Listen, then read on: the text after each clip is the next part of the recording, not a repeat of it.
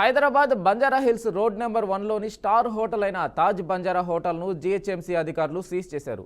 ఈ హోటల్ నిర్వాహకులు గడిచిన 2 సంవత్సరాలుగా పన్ను చెల్లించడంలో తాత్సారం చేయడంతో పాటు పలుమార్లు నోటీసులు జారీ చేసినా స్పందించలేదని, ఆఖరికి రెడ్ నోటీసులు సైతం జారీ చేశామని ఏఎంసీ ఉప్పలయ్య తెలిపారు. 2 సంవత్సరాలుగా సదరు సంస్థ 1,40,00,000 పన్ను బకాయి ఉన్నారని, ఎంతకు స్పందించకపోవడంతో హోటల్ను సీజ్ చేసినట్లు అధికారులు వెల్లడించారు.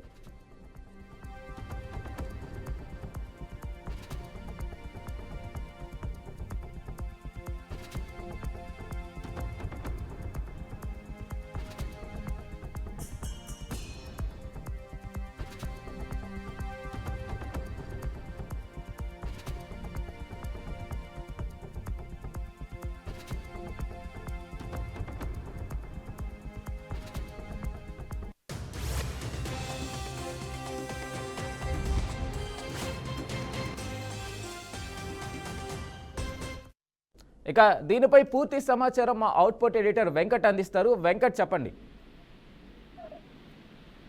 Hello, right. Venkatesh, Taj Banjara hotel నిర్వాహకులకి జీహెచ్ఎంసీ షాక్ ఇచ్చింది. ఎందుకంటే గతంలోనూ చాలా సార్లు చెప్పినప్పుడు కూడా, నోటీసులు జారీ చేసినప్పుడు కూడా పన్ను బకాయిలు చెల్లించకుండా అలానే ఉన్నారనే నేపథ్యంలో వాళ్ళకి సీజ్ చేయడం, హోటల్ సీజ్ చేయడం ఆల్మోస్ట్ ₹1,00,00,000 పైన పన్ను బకాయిలు చెల్లించాల్సిన అవసరం ఉంది. కానీ వాళ్ళు పలుమార్లు రిక్వెస్ట్ చేసినప్పటికీ జీహెచ్ఎంసీ అధికారులు నోటీసు ద్వారా విషయం చెప్పినా కూడా అంతగా పట్టించుకోలేదు. ఈ క్రమంలో తాజ్ బంజారా హోటల్ ని సీజ్ చేస్తూ ఒక డెసిషన్ తీసుకోవడం జరిగింది. జనరల్ గా ఇటువంటి ఇంత పెద్ద హోటల్, తాజ్ బంజారా అంటే చాలా ఫేమస్ హోటల్, హైదరాబాద్ లో ఉన్నటువంటి ప్రముఖ 5 హోటల్స్ లో అదొకటి, చాలా నేమ్ ఉన్న హోటల్. కానీ ఈ విధంగా పన్ను బకాయిలు చెల్లించలేదు అని ఇప్పటివరకు అయితే ఎవరు ఎక్స్పెక్ట్ చేయరు. బట్ యాక్చువల్ గా జరిగింది.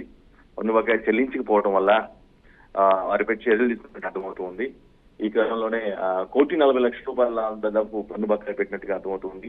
దీన్ని చెల్లించాలని ఎప్పటికప్పుడు అవకాశం ఉన్న ప్రతిసారి కూడా, అంటే వారి జీహెచ్ఎంసీ నోటీస్ ప్రకారం, షెడ్యూల్ ప్రకారం వాళ్ళు ఎప్పుడైతే పంపిస్తున్నారు, కానీ వాళ్ళు పట్టించుకునే పరిస్థితి. సో ఫైనల్ గా ఒక సీరియస్ స్టెప్ అయితే జీహెచ్ఎంసీ తీసుకుంది. దాన్ని సీజ్ చేస్తూ నిర్ణయం తీసుకుని సీజ్ చేసింది. సో ఇది ఒక తాజ్ బంజారా హోటల్ యాజమాన్యానికి ఒక పెద్ద షాక్ గానే భావించాల్సి ఉంటుంది. జనరల్ గా ఏంటంటే చాలా తక్కువగా ఈ హోటల్స్, పర్టికులర్ గా హైదరాబాద్ లో 5 స్టార్ హోటల్స్ లో ఇటువంటి తాజ్ సంబంధించిన ఏవి కూడా వివాదాల్లో ఉండవు. కానీ ఈసారి మాత్రం ఇది మాత్రం అలా జరగడం అనేది నిజంగానే ఒక షాక్ గానే భావించాల్సిన అవసరం. అయితే ఇది కొంచెం షాకింగ్ న్యూస్ అని చెప్పాలి వెంకట్. తాజ్ బంజారా లాంటి హోటల్ సీజ్ చేసే దశ వరకు చేరుకుంది అంటే యాజమాన్యం ఏమైనా స్పందిస్తుందంటే, అంటే ముందస్తుగా వాళ్ళకి సమాచారం ఉంటుంది అంటే సీజ్ చేసిందంటే హోటల్కి పేరుకి కూడా సమస్య ఎదురయ్యే అవకాశం ఉంది. కానీ సీజ్ చేసేదాకా హోటల్ యాజమాన్యం ఎందుకు తీసుకురావడానికి కారణం ఏమై ఉంటుంది?